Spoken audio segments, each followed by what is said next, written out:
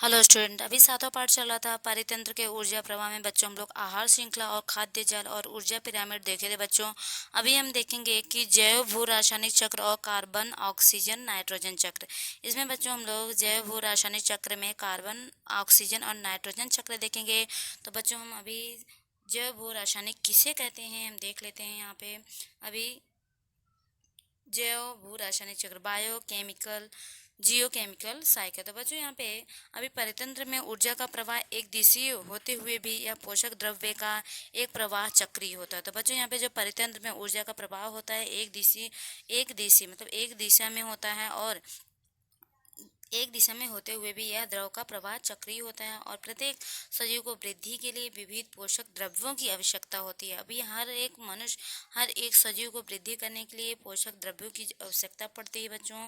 और दी गई आकृति में हम इसका निरीक्षण करेंगे और उनमें दीदी विविध घटकों का अभ्यास करेंगे। और यहाँ पे जैव भू रासायनिक चक्रों को अपने शब्दों में बच्चों आप लिख सकते हैं। और प्रतिनिधि में जो पोषक द्रव्यों की चक्रीय प्रवाह को क्या कहते हैं? जैव भू रासायनिक चक्र कहते हैं बच्चों। अभी यहाँ परितंत्र में जो पोषक द्रव्यों की चक्रीय जो प्रवाह होता है उसे हम क्या कहते हैं? जैव भू रासायनिक चक्र कहा जाता है। तो बच्चों डायग्राम में यहाँ पे दिया हुआ है कि यहाँ पे जल आवरण वातावरण अंतःक्रिया होता है। इसके बाद क्या बनता है? वातावरण पर्यावरण अंतःक्रिया होता है। और जल आवरण वातावरण और पर्यावरण और शिलावरण इनकी जो जीव आवरण से होने वाली अंतःक्रिया मतलब कि जीव जो होते हैं तीनों आवरण से जल आवरण वातावरण और यहाँ पे शिला आवरण से अंतरक्रिया करते हैं। और जो सील आवरण है इनका जो पत्थर मिट्टी में क्या कर देता है? रूपांतरण कर देता है। तो यहाँ पे अभी जो सजीवों की वृद्धि के लिए आवश्यक पोषक द्रव्यों की अजैविक घटकों का जैविक घटकों में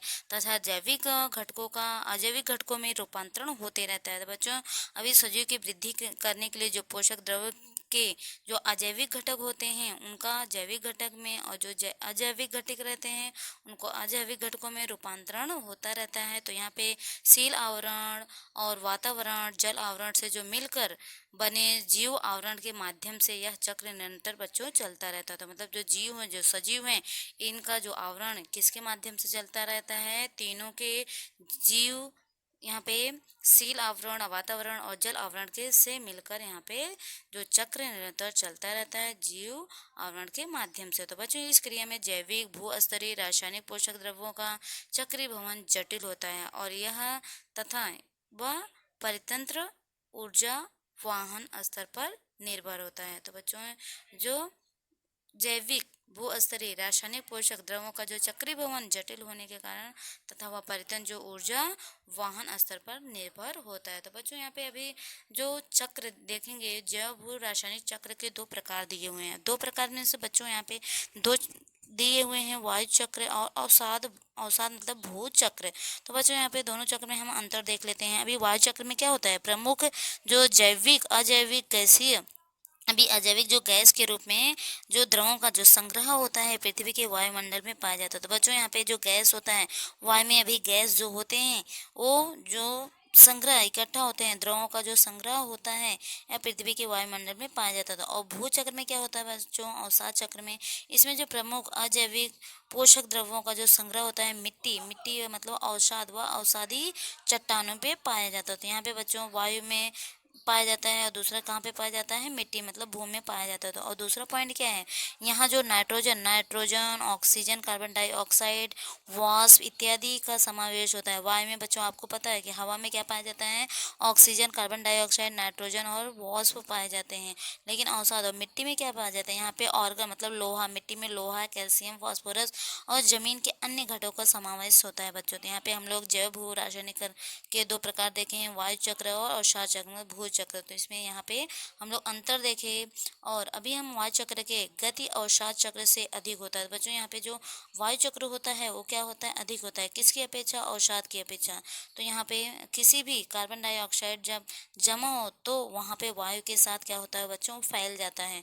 अभी आपको पता है कि कार्बन डाइऑक्साइड कहाँ पे पाया जाता है? वायु में हवा में पाया जाता है अथवा वनस्पतियों द्वारा अवशोषित कर लिया जाता है। बच्चों आपको पता है जो कार्बन डाइऑक्साइड जो कारखानों या कहीं से भी मिल या कंपनियों से बड़े बड़े यहाँ पे कार्बन डाइऑक्साइड जो धुआं के माध्यम से जो निकलता है वो हवा में फैल जाता है, और उसको कौन अवशोषित कर लेता है, कौन ग्रहण करता है, वनस्पतियाँ ग्रहण करती हैं।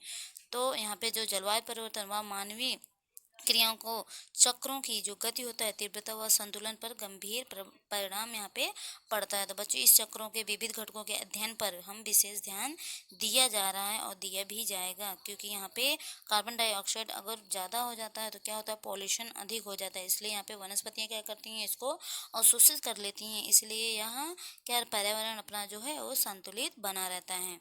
तो बच्चों, आप क्या जान मतलब इसमें क्या दिया है, क्या आप ये जानते हैं कि वायु चक्र और अवसाद चक्र, मतलब कि यहाँ पे जो वायु चक्र होता है, जो भू चक्र होता है, इन दोनों चक्रों को एक दूसरे से पूर्णतः हम अलग नहीं कर सकते। मतलब ये अलग हो ही नहीं सकता। क्यों? क्योंकि यह एक दूसरे के ऊपर आधारित है। अभी उदाहरण के लिए जैसे नाइट्रोजन, नाइट्रोजन जो है वो गैसीय रूप में वातावरण में पाया जाता है, और जो नाइट्रोजन ऑक्साइड है यौगिक के रूप में मृदा मतलब मिट्टी में पाया जाता है। और इस कार्बन अजैविक रूप में मुख्यतः सील आवरण के पत्थर के कोयले और ग्रेनाइट, हीरा, चूने के पत्थर में पाया जाता है।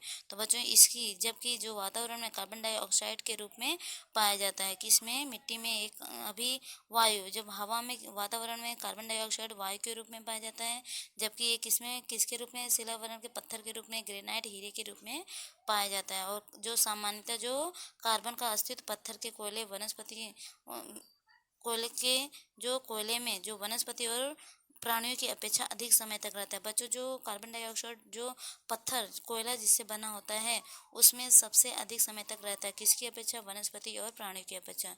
तो बच्चों, अभी हम नेक्स्ट क्या देखेंगे, कार्बन चक्र देखेंगे, मतलब कार्बन साइकिल। तो बच्चों, यहाँ पे कार्बन साइकिल मतलब यहाँ पे कंपनियों से धुआं निकल रहा है, धुआं निकल कर इसका जो कार्बन डाइऑक्साइड है किसको कौन ले रहा है, वनस्पतियाँ ले रहे हैं।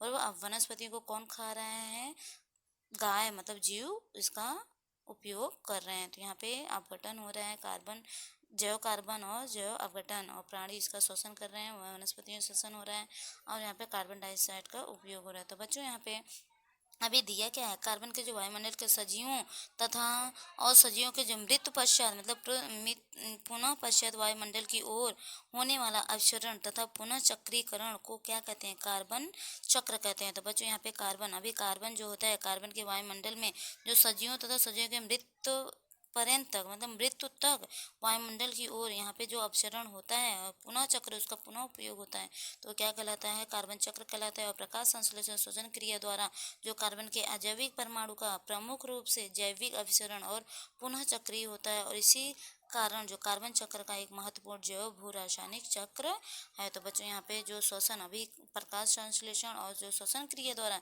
कार्बन के जो अजैविक परमाणु का प्रमुख रूप से जैविक अपसरण और पुनः चक्रीकरण होता है। तो इसी कारण यहाँ पे कार्बन चक्र एक महत्वपूर्ण जैव भूम रासायनिक चक्र है बच्चों।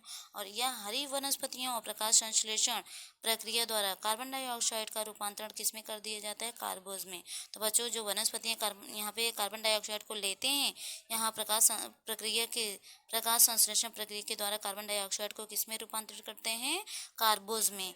तो यहाँ पर वे प्रथिन तथा वसा जैसे कार्बनिक पदार्थों को भी तैयार करते हैं। तो बच्चों, शाकाहारी प्राणी हरी पत्तियां खाते हैं। आपको पता है कि शाकाहारी जो प्राणी होते हैं वनस्पतियां खाते हैं, हरी पत्तियां खाते हैं।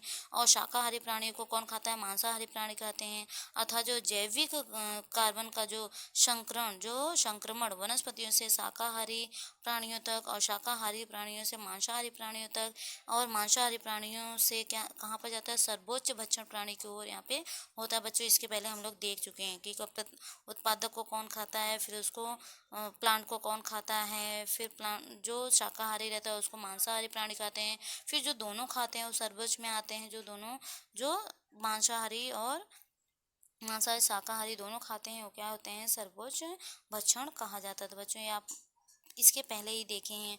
तो यहाँ पे अभी कार्बन डाइऑक्साइड और पानी जो मिल रहा है, मिलकर क्या तैयार हो रहा है, यहाँ पे सूर्य प्रकाश के द्वारा पर्णहरिम में पौधे में जाकर यहाँ कार्बोज तैयार हो रहा है। C6H12O6 ग्लूकोज और +6 2O पानी की तैयारी हो रही है, और ऑक्सीजन तैयार हो रहा है, बराबर। तो यहाँ पे जो ग्लूकोज मतलब कार्बोज की तैयारी यहाँ पे तैयार होने के बाद पौधों में फिर ये कार्बन डाइऑक्साइड तैयार होता है, और पानी का तैयार होता है, और यहाँ पे ऊर्जा बनता है। तो बच्चों अतः यहाँ पे जो मृत्यु के बाद सभी उत्पादकों और यहाँ भक्षकों का जीवाणु और फफूंदी से विघटन होकर कार्बन डाइऑक्साइड गैस पुनः मुक्त होता है। पुनः से क्या होता है बच्चों, यहाँ पे मुक्त होता है जब यहाँ पे भक्षक और उत्पादकों को जीवाणु फफूंदी के विघटन होने के बाद, नष्ट होने के बाद, यह विघटन होकर फिर से क्या होता है, कार्बन डाइऑक्साइड पुनः मुक्त होता है। तो यह गैस वायुमंडल में क्या होता है बच्चों, फैल जाता है और फिर से यह उपयोग में लाई जाती है। इसी प्रकार एक सजीव से दूसरे सजीव तक कार्बन का अभिसरण चलता रहता है और सजीव के मृत्यु पर्यंत तब कार्बन प्रकृति को लौटाया जाता है। तो बच्चों यहाँ पर पुनः जो सजीव के पास आ जाता है। तो बच्चों जो कार्बन डाइऑक्साइड है ये जीवन से लेकर मृत्यु तक चलता रहता है। मृत्यु होने के बाद भी बच्चों ये कार्बन डाइऑक्साइड क्या होता है, उस शरीर से मुक्त होकर दूसरे के सजीव के उपयोग में आता है। तो यह फिर से प्रकृति को लौटा दिया जाता है। तो बच्चों अभी जो जीवाश्म ईंधन का ज्वलन, लकड़ी का ज्वलन और यहाँ पे ईंधन का ज्वलन, दावानल और ज्वालामुखी का फटना जैसी अजैविक प्रक्रियाओं द्वारा कार्बन डाइऑक्साइड बाहर निकलकर हवा में क्या होता है, मिश्रित होता है। बच्चों आपको पता है जब लकड़ी जलाया जाता है या दावानल और ज्वालामुखी जब फटता है तो क्या निकलता है, उसमें से कार्बन डाइऑक्साइड निकलता है और वो किस में मिश्रित होता है, हवा में जाके मिलता है, हमारे वातावरण में हवा में मिश्रित हो जाता है और प्रकाश संश्लेषण द्वारा ऑक्सीजन गैस जो है वायुमंडल में क्या हो जाता है, उत्सर्जित की जाती है, मतलब निकाला जाता है। और यह श्वसन क्रिया द्वारा कार्बन डाइऑक्साइड जो वायुमंडल में उत्सर्जित की जाती है वह वनस्पति के कारण वायुमंडल में ऑक्सीजन तथा कार्बन डाइऑक्साइड गैस का संतुलन बना रहता है। तो बच्चों अभी आपको पता है कि हम लोग क्या लेते हैं, ऑक्सीजन लेते हैं और कार्बन डाइऑक्साइड निकालते हैं और पौधे क्या करते हैं, हमें ऑक्सीजन देते हैं और कार्बन डाइऑक्साइड क्या करते हैं, खुद लेते हैं, इसलिए हमारा पर्यावरण का संतुलन बना रहता है। तो बच्चों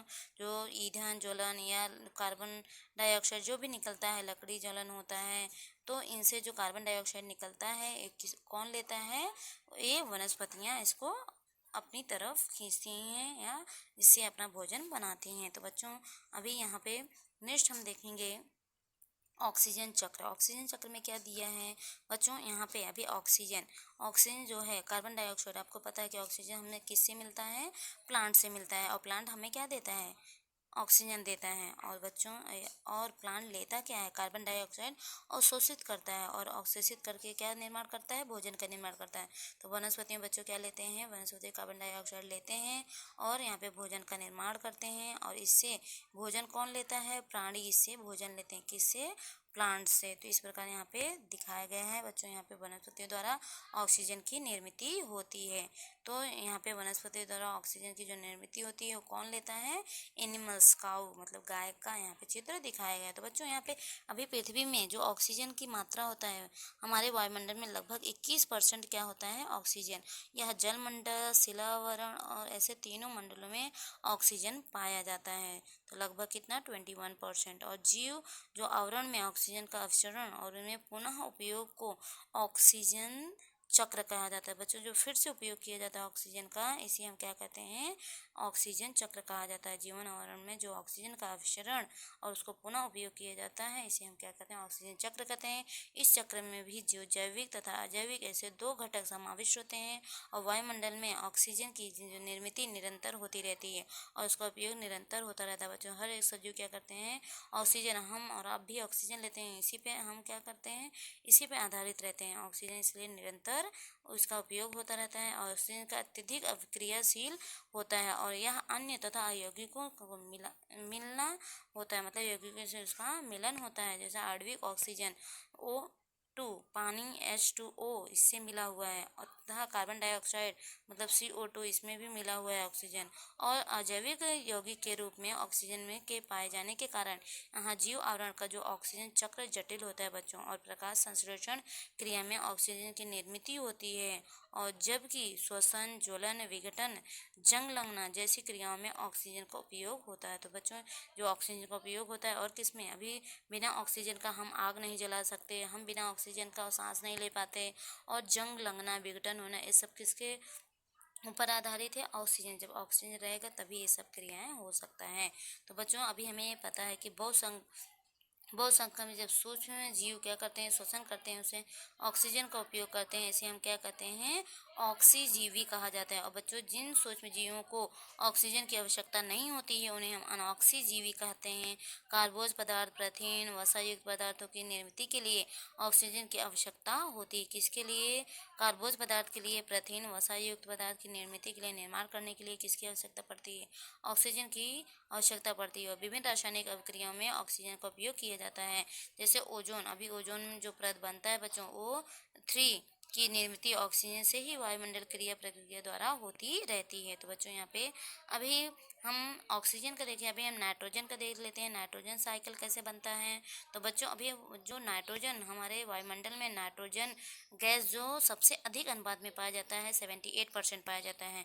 और प्राकृतिक चक्र जो इसका सातत्य आबादी रखने के लिए नाइट्रोजन की आवश्यकता होती है। और प्राकृतिक, जैविक और अजैविक प्रक्रियाओं में नाइट्रोजन गैस के अलग अलग यौगिकों में होने के कारण इसमें अपसरण और पुनः चक्रीकरण नाइट्रोजन चक्र के नाम से जाना जाता है बच्चों। और यहाँ पे दिया हुआ है कि जो सभी सजीव नाइट्रोजन चक्र में सहभागी होते हैं और नाइट्रोजन प्रथिन, न्यूक्लिक अम्लों और एक महत्वपूर्ण घटक हैं। और अन्य तत्वों की तुलना में नाइट्रोजन निष्क्रिय होता है। बाकी से क्या होता है, इसकी तुलना में ये क्या होता है, नाइट्रोजन निष्क्रिय होता है और अन्य तत्वों के साथ सहजता से यौगिक नहीं बनाता है बच्चों। नाइट्रोजन सहजता से, सरलता से यौगिक नहीं बनाता। अधिक सजीव क्या होते हैं, मुक्त अवस्था में नाइट्रोजन का उपयोग नहीं कर पाते हैं। और इसके प्रमुख क्रिया दिया हुआ है। अभी नाइट्रोजन का प्रमुख चक्र, नाइट्रोजन चक्र का जो प्रमुख प्रक्रिया क्या है बच्चों, यहाँ पे पहला क्या दिया है, नाइट्रोजन का स्थितिकरण। अभी वायुमंडल में औद्योगिक और जैविक प्रक्रिया द्वारा नाइट्रोजन का रूपांतरण किसमें होता है, नाइट्रेट में और नाइट्राइट में होता है। सेकंड क्या दिया है, अमोनीकरण। अमोनीकरण अभी सजीवों के अवशेष, उत्सर्जित पदार्थों का जो विघटन होकर अमोनिया मुक्त करता है। तो बच्चों, जो शरीर, अभी सजीव के जो अवशेष अंग बचते हैं, उत्सर्जित पदार्थों का जो विघटन होकर क्या तैयार होता है, अमोनिया मुक्त होता है। और तीसरा क्या दिया हुआ है, नाइट्रीकरण। नाइट्रीकरण में अमोनिया का रूपांतर नाइट्राइट और नाइट्रेट में होता है। और चौथा क्या दिया है, विनाइट्रीकरण में नाइट्रोजन युक्त यौगिक का जो गैसीय यौगिक का गैसीय नाइट्रोजन में क्या करता है, रूपांतरण किया जाता है। तो बच्चों, अगर अधिक जानकारी लेना रहेगा नाइट्रोजन के विषय में तो नाइट्रोजन चक्र की तरह ऑक्सीजन और कार्बन चक्र की प्रमुख प्रक्रियाओं में हम इसकी जानकारी अधिक लेने के लिए हम इंटरनेट की सहायता ले सकते हैं बच्चों। और जानकारी लेना रहेगा आप इंटरनेट की सहायता ले सकते हैं। तो बच्चों, अभी हम नेक्स्ट चैप्टर जो है नेक्स्ट वीडियो में देखेंगे। तो बच्चों, वीडियो देखने के लिए बहुत बहुत धन्यवाद।